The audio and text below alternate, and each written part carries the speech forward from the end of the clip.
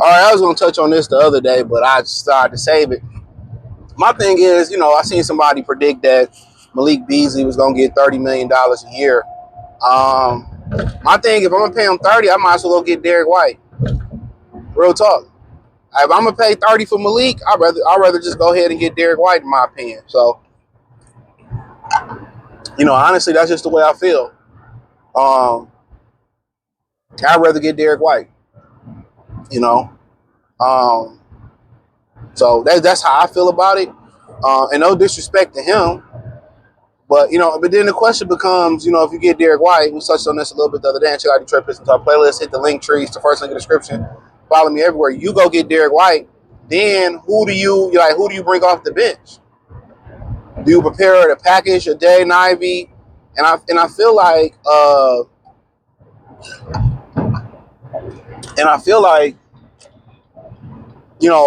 at that point, do you exhaust options to get a superstar? And I'm going to talk about that real quick for a minute, because guess what? Some of these guys you got to pay. So if it's Dern, Asar, Ron Holland's a little bit out, Jay Ivy, so you got to pay these guys. So is it smart to bundle some of these guys, get a guy that's already getting paid? I feel like there's a redundancy kind of with Asar and Ron Hollins, but you can keep both because Ron won't be paid for a while, right? And I think Ron is going to be the future for him, or that Bobby Killerman guy. I don't know much about that guy, right? So I'm perfectly fine with understanding that aspect of the game. But you can package some of these guys to get established guys. That's the question. Do you package some of these young guys and you get an established guy, you deal with that, and I ain't got to pay 3 or 4, different guys money? You know what I'm saying? So that's another thing to say. But I think before I move for Derrick White, I exhaust some options. Am I happy with bringing Ty Jerome in as a replacement to for Malik Beasley, bring Schroeder back, and can I move for somebody of importance? That's the $1 million question. Can I move for somebody of importance? And if I can't, hey, do I can develop these guys and bring in Derrick White? I mean, with Derrick White, do you say, okay, man, we go, how we gonna play it? Do we say, you know what, let's bring Asar off the bench, Ivy, Derrick, K? Do we say we bring Ivy off the bench, Derrick, K, Asar? So, like I continue to say, it's interesting. How do you play it? Do you say Ivy come off the bench so you get fully healed and bring Ivy off the bench? And that's the question. If you get Derrick White, do you still really need Dennis Schroeder?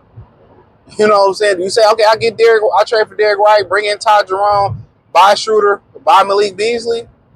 You know what I'm saying? So there's some questions to be had there. You kind of see what I'm saying? So it's interesting because there's going to be steps to this. You see what's available out there, and if you want to take a flyer on Zion, you want to take a flyer on DeMar DeRozan, I'm just throwing names out there. Zach LaVine, there's always been linked to the Pistons. You want to take a flyer on Devin Booker, John Morant, Trae Young. Cool. Thing about it is, the positive thing about it, the bad thing, you're going to lose some young pieces. The positive thing is you got to pay some of these young pieces anyway. So if you say, oh, guess what? We just move for a Derrick White. We'll move for a Derrick White, and then, for the most part, we'll get a Ty Jerome or somebody like that, and we move on from Schroeder and Beasley. Okay. So there's a lot of questions. People talking about Lauri Markkanen, never played in the playoff game neither, so paying somebody that money and playing a playoff game, never played there, but, at the end of the day, if I'm going to pay Beasley $30 million, I might as well get Derrick White. And then at that point, let's say you get Derrick White and say, guess what? Maybe we want to make a move, for Lauri Markkanen or Zion Williamson or something like that. Maybe we make that move. Guess what? Okay, I'll take Ivy. You got past the physical. Maybe take another couple young pieces, move, get that guy, throw Tobias in there if you want. Go move for a stretch for it and be like, okay, that's what we're going to rock out with. We're going to keep Asar. We're going to keep Asar. We're going to keep Ron. Move on from Ivy and a couple other guys, and then we're going to rock out that way. But then, guess what?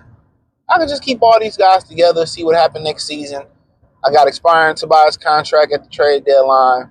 You know, maybe an upgrade or two here. You know, so for the most, but premise of this video, if I'm paying dirty 30, I'd rather have Derrick White.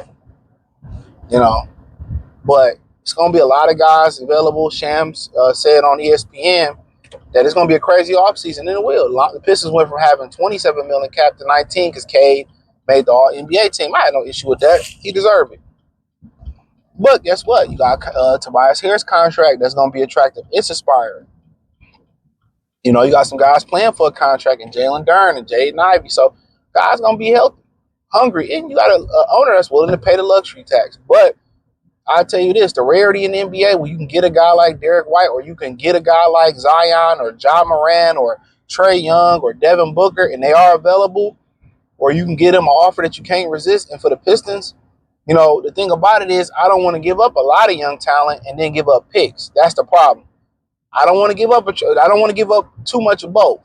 I give up the picks and retain a lot of my young talent. I'm happy with that. If I can do that, I'm happy. You know? So you want to kind of always have the future in the back pocket. Okay, you want the picks? I'll give you a couple young pieces.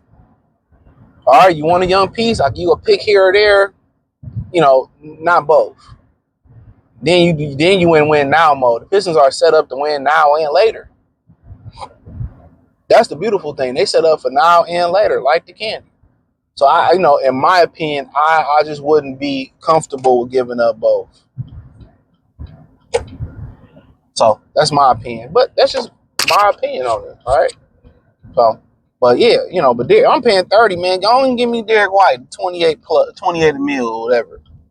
Go ahead and trade him, you know. But if I'm Boston,